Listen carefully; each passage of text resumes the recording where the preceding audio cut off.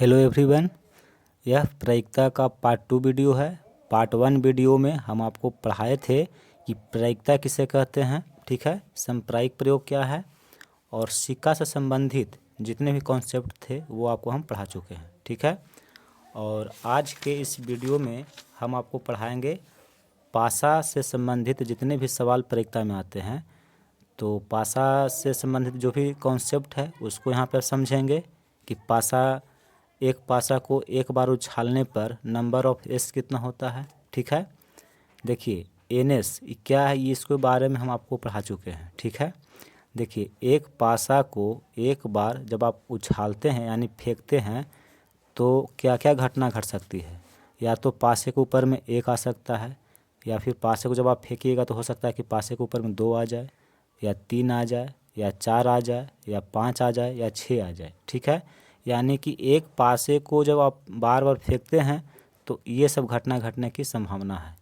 तो number of S यानी total N S कितना होगा, तो देखिए क्या घटना है इसमें, 1 2 3 4 5 6, टोटल 6 घटना है। यानी कि एक पासे को जब हम फेंकेंगे तो 6 घटना घटने की संभावना है, यानी कि एन एस जो होगा वो 6 होगा, ठीक है।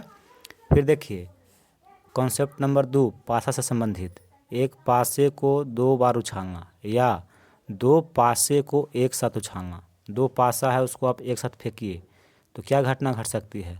हो सकता है कि दोनों पासे के ऊपर में एक एक आ जाए, या हो सकता है कि पहले पासे के ऊपर में 1 और दूसरे पासे के ऊपर में 2 आ जाए। तो इस तरह से इतना घटना घटने की संभावना है। जितना भी घटना है उन सभी को हम यहाँ पे लिख दिए हैं, ठीक है। यानी कि टोटल जो घटना है वो कितना है, 36 है।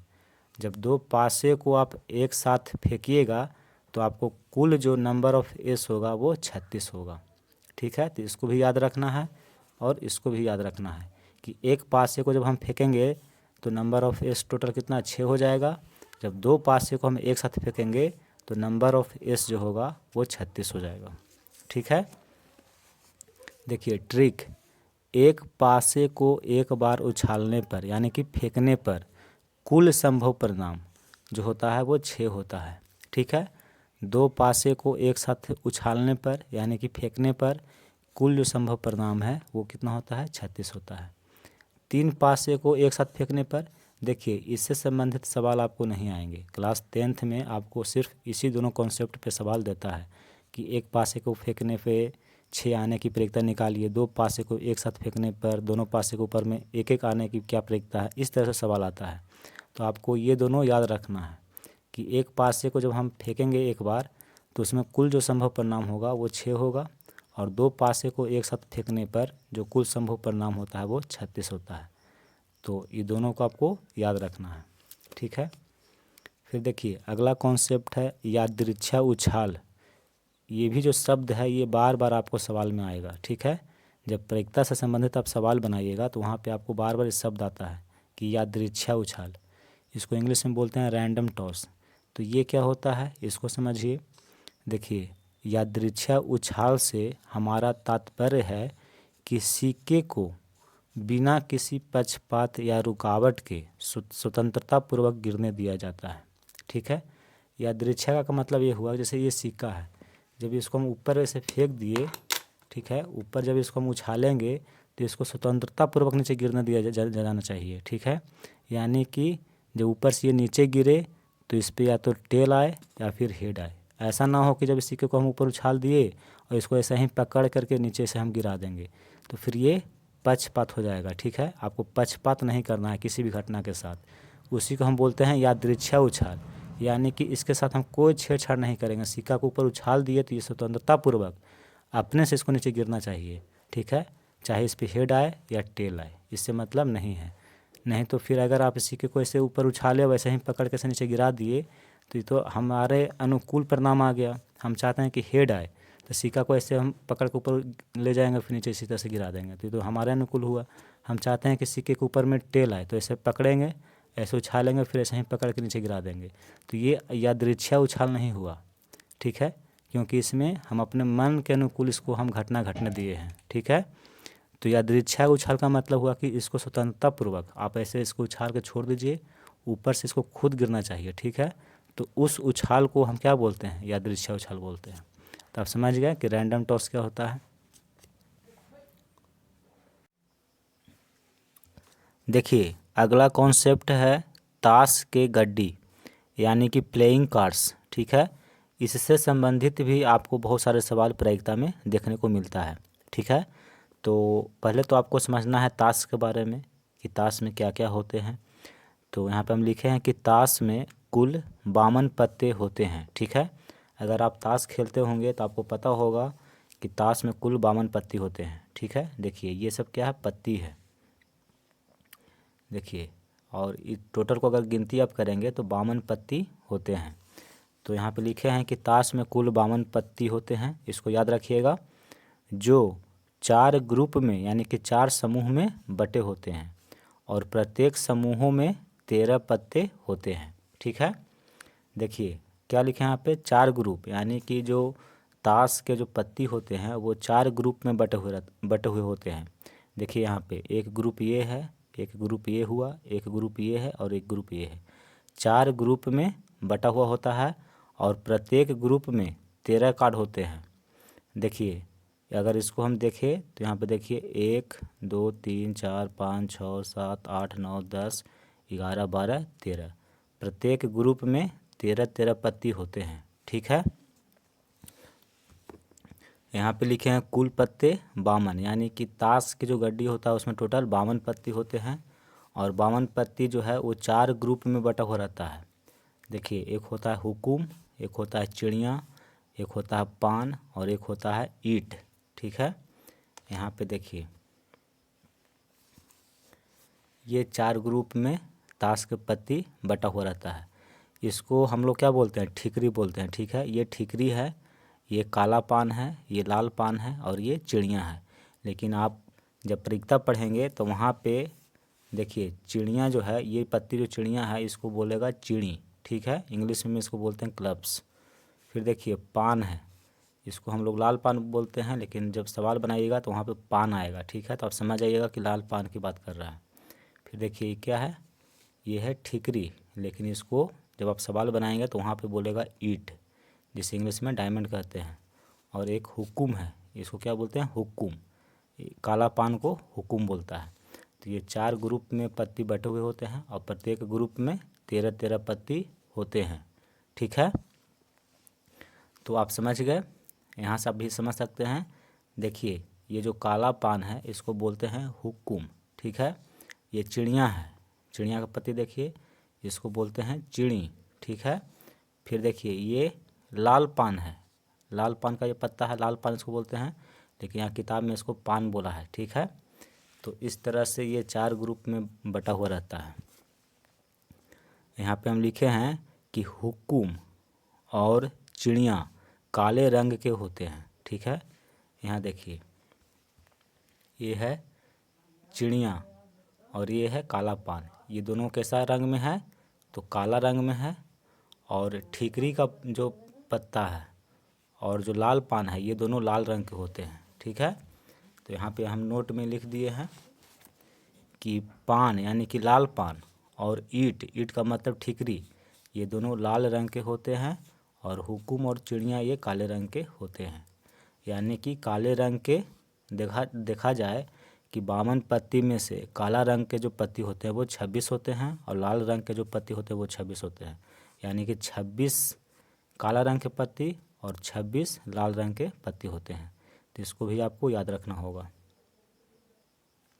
फिर आगे देखिए यहाँ पे हम लिखे हैं कि प्रत्येक समूहों के 13 पत्ते होते हैं जो निम्न प्रकार के हैं। ठीक है, प्रत्येक समूह यानी कि जो कार्ड है वो 4 ग्रुप में बटा हुआ है और प्रत्येक ग्रुप में 13 पत्ते होते हैं। 13 पत्ता कौन कौन होता है, तो देखिए इक्का होता है। ठीक है, इक्का किसको बोलते हैं इसे समझिए। यहाँ पे देखिए ये जो पत्ती आप देख रहे हैं यही इक्का है, इसको हम लोग मुन्ना भी कहते हैं। ठीक है, लेकिन जब किताब में आप सवाल बनाइएगा तो यहाँ पे मुन्ना नहीं कहता है, यहाँ पे क्या बोलता है, इक्का। इस पत्ती को बोला जाता है इक्का। ठीक है, फिर है बादशाह दूसरा नंबर पे, जिसको बोला जाता है किंग। बादशाह कैसा पत्ती होता है उसको देखिए, यहाँ देखिए ये जो पत्ती आप देख रहे हैं इसी को बोलते हैं हम बादशाह, यानी कि राजा, जिसको किंग बोलते हैं। इसको के से सूचित करते हैं, ठीक है। तो ये जो पत्ती है ये बादशाह है, यानी कि राजा है, ठीक है। देखिए अगला पत्ती बेगम, बेगम यानी कि रानी, बेगम भी बोल सकते हैं, इसको रानी भी बोलते हैं, जिसको इंग्लिश में क्वीन कहते हैं, ठीक है। तो ये पत्ती कैसा होता है इसको देखिए।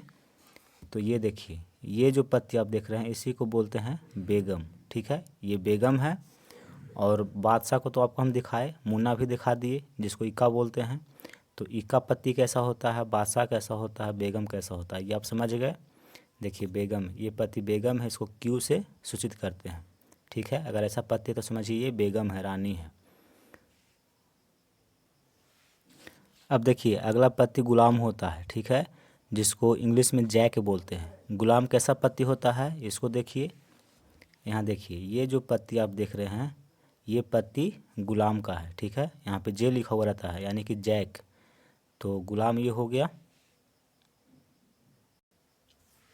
फिर देखिए दहला होता है, ठीक है। दहला कैसा पत्ती होता है इसको देखिए। तो यहाँ पे देखिए ये दहला पत्ती है, ठीक है। फिर नहला होता है, देखिए 9 लिखा हुआ है, यानी कि ये नहला है।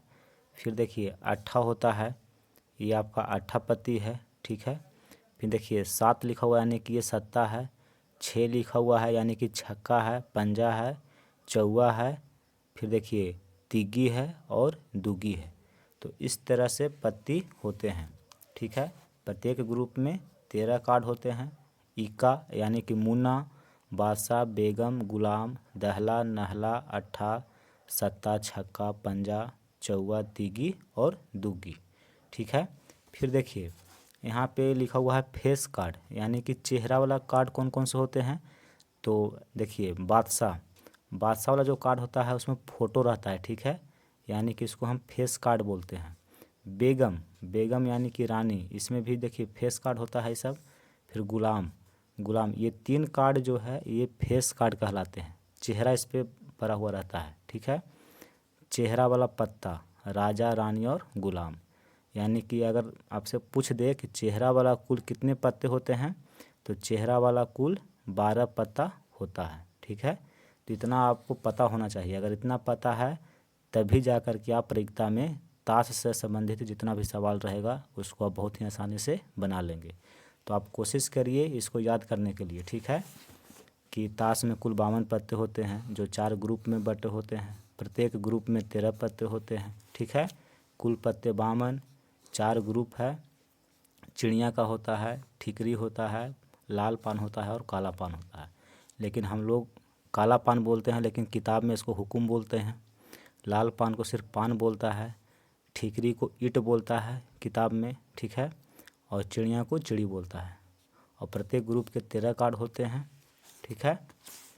देखिए हुकुम और चिड़िया ये जो होते हैं ये काला रंग के होते हैं, पान और ईंट लाल रंग के होते हैं।